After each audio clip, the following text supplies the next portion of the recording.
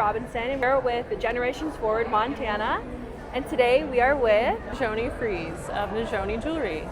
Yes, and what tribe are you a part of? Where'd you come from? So my mom is actually from New Mexico, and so I'm part Navajo, and that's kind of where my style comes from mostly. And but I'm also enrolled Northern Cheyenne. Do you make all this jewelry by yourself, or do you import it from somewhere? No, we make everything. When I say we, my mom, she makes some of the items as well, but she's the one who taught me how to make jewelry at a very young age, and I kind of have come back to it in the last couple of years, and it's really been really fun to revisit, go back to my roots and be able to make things that I love and I love to wear. Your artwork and your jewelry are so beautiful. Oh, thank you. So how do you think that your culture, do you think it inspires the way you make your jewelry? Absolutely. A lot of times I get most of my designs and ideas from New Mexico or Arizona. When we go down to the flea markets, I get very inspired seeing the new designs people have and kind of fusing that with things that I think of here. And also our Northern Cheyenne culture, it's a lot more like beaded items, but it's very bright colors. And so I like implementing just bright colors across the board as well. I think all of your jewelry is beautiful. I love the bright colors that you incorporate. Thank you. I also love the turquoise as well. Absolutely. Turquoise is always a staple. Yes. What do you think is one big takeaway that you wish other people knew about small businesses, specifically indigenous small businesses? I think the fact that it's so much time and energy and you put your heart into it. I didn't really realize, I used to make jewelry a couple years ago when I was around college age.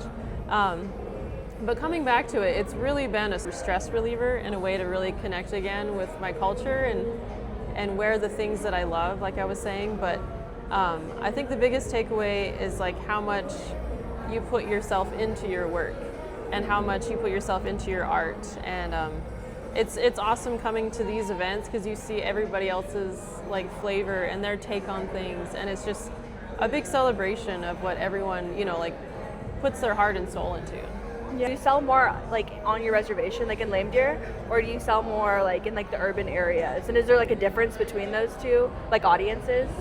Yeah, there's a little bit difference of audiences and kind of what people are looking for. Most of my sales, I would say, are on my reservation, especially when they're buying gifts for Christmas, Mother's Day, Valentine's Day.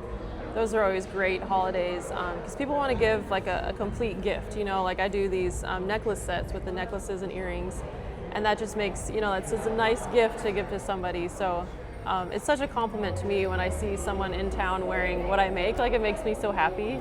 So yeah, a lot of my sales are back home.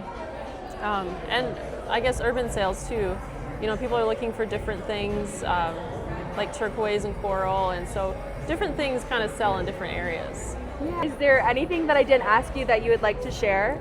I would like to share for small businesses, especially indigenous small businesses, whatever skill you have, just start doing it.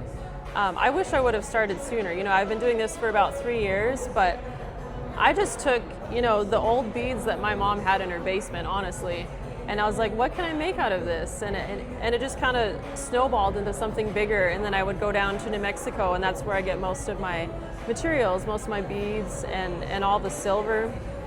And so I just would say encourage all young people, or even whatever age you are, I did it when I was older, to start where you're at.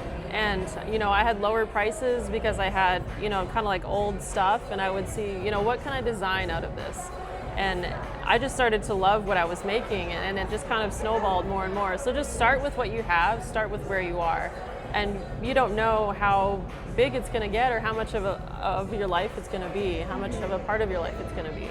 Yeah. Well, thank you so much, Nizhoni, for sharing with us.